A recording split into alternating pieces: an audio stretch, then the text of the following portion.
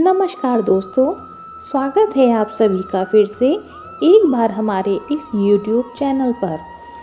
दोस्तों, आज हम मोक्षदा एकादशी व्रत के बारे में जानेंगे। मार्गशीर्ष महीने के शुक्ल पक्ष को पड़ने वाली एकादशी को मोक्षदा एकादशी कहा जाता है। मोक्षदा एकादशी का मतलब है मोह का नाश करने वाली, अर्थात ये एकादशी मोह का नाश करने वाली है। दोस्तों, इस वीडियो में हम आपको मोक्षदा एकादशी व्रत कथा, महत्व, व्रत विधि व मोक्षदा एकादशी की सावधानियाँ तथा मोक्षदा एकादशी की पारण विधि के बारे में बताएंगे। लेकिन उससे पहले दोस्तों, यदि आप हमारे चैनल पर पहली बार आए हैं तो चैनल को सब्सक्राइब कर लीजिए और बेल नोटिफिकेशन को ऑन कर लीजिए, जिससे आपको समय समय पर इसी तरह आपको हर पूजा विधि, त्यौहार और देवी देवताओं से संबंधित जानकारी प्राप्त होती रहे। दोस्तों, मार्गशीर्ष महीने के शुक्ल पक्ष को पड़ने वाली एकादशी को मोक्षदा एकादशी कहा जाता है। मोक्षदा एकादशी का मतलब है मोह का नाश करने वाली, अर्थात ये एकादशी मोह का नाश करने वाली है। हिंदू धर्म ग्रंथों में इस पितरों को मोक्ष दिलाने वाली एकादशी कहा गया है। ऐसा मानते हैं कि मोक्षदा एकादशी के दिन व्रत करने से व्रतियों के सभी पापों का नाश होता है और उनकी मनोकामना की पूर्ति होती है। इस दिन गीता जयंती भी मनाई जाती है, क्योंकि इस एकादशी के दिन भगवान श्री कृष्ण ने कुरुक्षेत्र के रणभूमि में अर्जुन को गीता का ज्ञान दिया था। मोक्षदा एकादशी व्रत कथा। प्राचीन काल में चंपानगर में एक राजा था, जिसमें एक वैखानस नाम का राजा राज करता था। वैखानस के राज्य में चारों वेदों के ज्ञाता ब्राह्मण रहते थे। राजा वैखानस को अपना राज्य बहुत प्रिय था। वह अपनी प्रजा का संतान की तरह से पालन करते थे। एक दिन राजा को बहुत बुरा सपना आया। उसमें उन्होंने देखा कि उनके पिता नरक में यातना भुगत रहे थे। यह देखकर राजा का मन करुणा और अश्रु से भर गया। सुबह उठकर उसने सभी ब्राह्मणों को बुलाया और अपनी व्यथा का वर्णन किया। राजा ने ब्राह्मणों से प्रार्थना करते हुए कहा कि वह अपने पिता को इस प्रकार नरक की यातना में देखकर उसका मन बहुत उदास हो चुका है। यदि एक पुत्र के नाते वह उनको कष्ट से मुक्त नहीं कर सकता तो उसका जीवन व्यर्थ है। इसलिए कृपया करके वह उनका मार्गदर्शन करे कि वह किस प्रकार वह अपने पिता को इस नरक की यातना से मुक्ति दिला सकता है। राजा की बात सुनकर ब्राह्मणों ने कहा कि उनकी नगर की सीमा पर पर्वतों से घिरा हुआ एक जंगल है, जहाँ महान तपस्वी पर्वत मुनि रहते हैं। वह त्रिकाल ज्ञानी है। उसको उनकी शरण में जाकर याचना करनी चाहिए। वह अवश्य ही उसकी सहायता करेंगे। ब्राह्मणों की बात सुनकर राजा वैखानस उसी समय जंगल की ओर निकल पड़े। वहाँ पर्वत मुनि के आश्रम में जाकर उन्होंने ऋषि को प्रणाम किया। महान तेजस्वी और तपस्वी पर्वत मुनि ने राजा से अपने परिवार और राज्य की सारी दुख भरी कहानी के बारे में पूछा। राजा ने उसका उत्तर देते हुए कहा कि उनके आशीर्वाद से राज्य और राज्य के सभी अंग सुखी और सुरक्षित हैं। बस एक ही व्यथा है, जिसके समाधान के लिए वह उनकी शरण में आया है। यह कहकर राजा ने अपने स्वप्न की बात सुनाई। राजा की बात सुनकर पर्वत मुनि मग्न हो गए और उन्होंने राजा की भूत, भविष्य और वर्तमान पर विचार किया। कुछ समय बाद आंखें खोलकर उन्होंने राजा से कहा, उनके पिता अपने पूर्व जन्म के दुष्कर्म के कारण नरक में यातना भुगत रहे हैं। यह सुनकर दुखी हुए राजा ने ऋषि से पूछा कि इसका निवारण क्या है। वह किस प्रकार अपने पिता को इस पाप कर्म से, इस नरक से मुक्ति दिला सकता है। पर्वत मुनि ने कहा, मार्गशीर्ष के शुक्ल पक्ष में मोक्षदा एकादशी आती है। यदि वह एकादशी का श्रद्धा और नियम पूर्वक पालन करेंगे और उस अर्जित पुण्य फल को अपने पिता को अर्पित करेंगे तो अवश्य ही उनके पिता को नर्क से मुक्ति मिल जाएगी। ऋषि की बात से संतुष्ट होकर राजा वापस अपने महल में आ गया और आने वाले महीने में उन्होंने अपने परिवार के साथ मोक्षदा एकादशी का नियम पूर्वक पालन किया। उससे अर्जित पुण्य फल को उन्होंने जैसे ही अपने पिता को अर्पित किया, उसी समय आकाश से पुष्प वर्षा हुई। राजा ने अपने पिता को दिव्य विमान पर बैठ के उन्हें आशीर्वाद देते हुए बैकुंठ की ओर जाते हुए देखा। यह एकादशी चिंतामणि के समान है, इसलिए जो भी व्यक्ति इस एकादशी का नियम पूर्वक और श्रद्धा पूर्वक पालन करता है, उसके पितर यदि नर्क में भी हैं तो भी उनका उद्धार हो जाता है और उस व्यक्ति को मृत्यु के बाद आध्यात्मिक लोक की प्राप्ति होती है। मोक्षदा एकादशी का महत्व।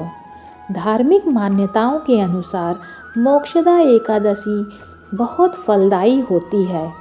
माना जाता है कि जो लोग पूरे विधि विधान से पूजा अर्चना और उपवास करते हैं, उन्हें मोक्ष की प्राप्ति होती है। इस व्रत को करने से भगवान विष्णु जी और लक्ष्मी जी की कृपा बनी रहती है। इस व्रत के प्रभाव से मनुष्य के पूर्वजों को मोक्ष की प्राप्ति होती है और उन्हें कर्मों के बंधन से मुक्ति मिलती है। मोक्षदा एकादशी के दिन गीता का ज्ञान। मोक्षदा एकादशी के दिन भगवान श्री कृष्ण कुरुक्षेत्र में अर्जुन को गीता का ज्ञान दिया था। इस दिन गीता जयंती मनाई जाती है। मोक्षदा एकादशी के दिन मानवता को नई दिशा देने वाली गीता का उपदेश हुआ था। श्रीमद् भगवद गीता एक महान ग्रंथ है। भगवद गीता के पढ़ने से अज्ञानता दूर होती है। मनुष्य का मन आत्मज्ञान की ओर बढ़ता है।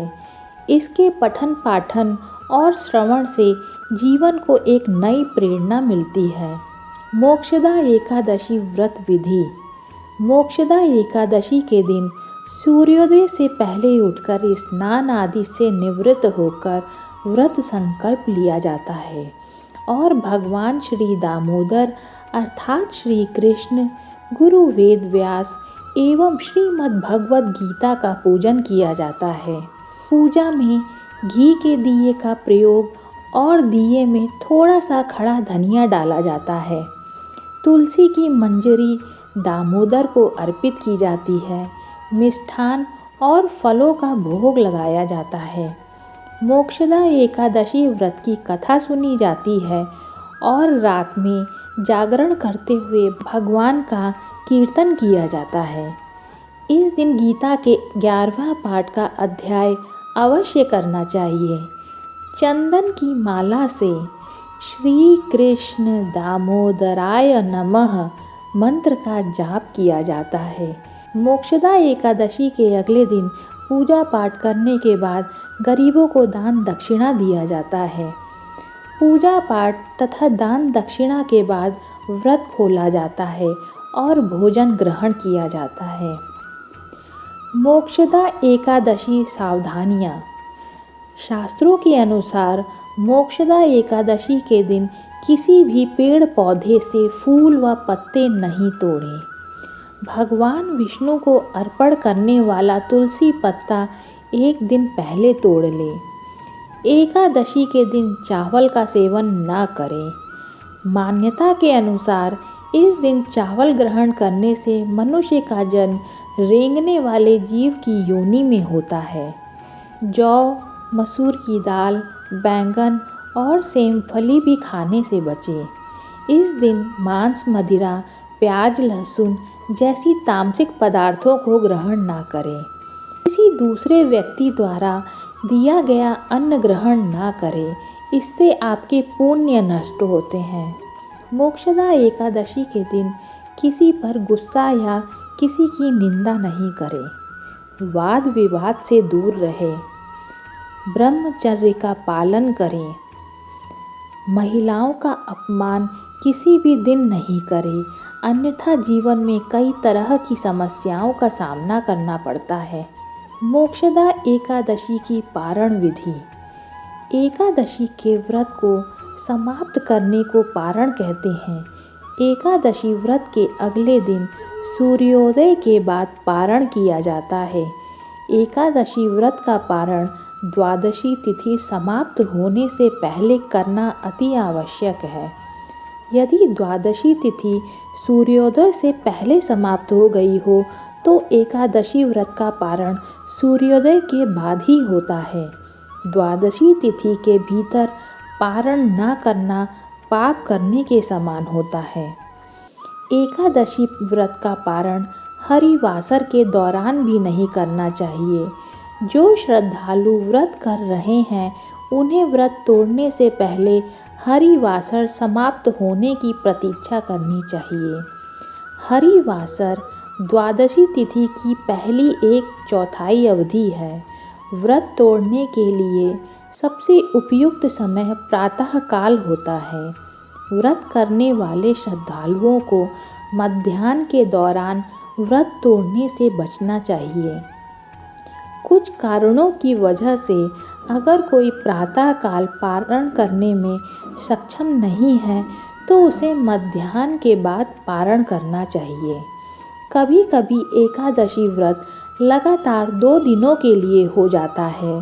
जब एकादशी व्रत 2 दिन होता है तब स्मार्त परिवारजनों को पहले दिन एकादशी व्रत करना चाहिए। दूसरे दिन वाली एकादशी को दूजी एकादशी कहते हैं। सन्यासियों, विधवाओं और मोक्ष प्राप्ति के इच्छुक श्रद्धालुओं को दूजी एकादशी के दिन व्रत करना चाहिए। जब जब एकादशी व्रत 2 दिन होता है तब तब दूजी एकादशी और वैष्णव एकादशी एक ही दिन होती है। भगवान विष्णु का प्यार और स्नेह के इच्छुक परम भक्तों को दोनों दिन एकादशी व्रत करने की सलाह दी जाती है। दोस्तों, आज के लिए बस इतना ही। हमें उम्मीद है कि जानकारी आपको पसंद आई होगी। फिर मिलते हैं एक नए एपिसोड में जिसमें नई जानकारी होगी। तब तक के लिए नमस्कार।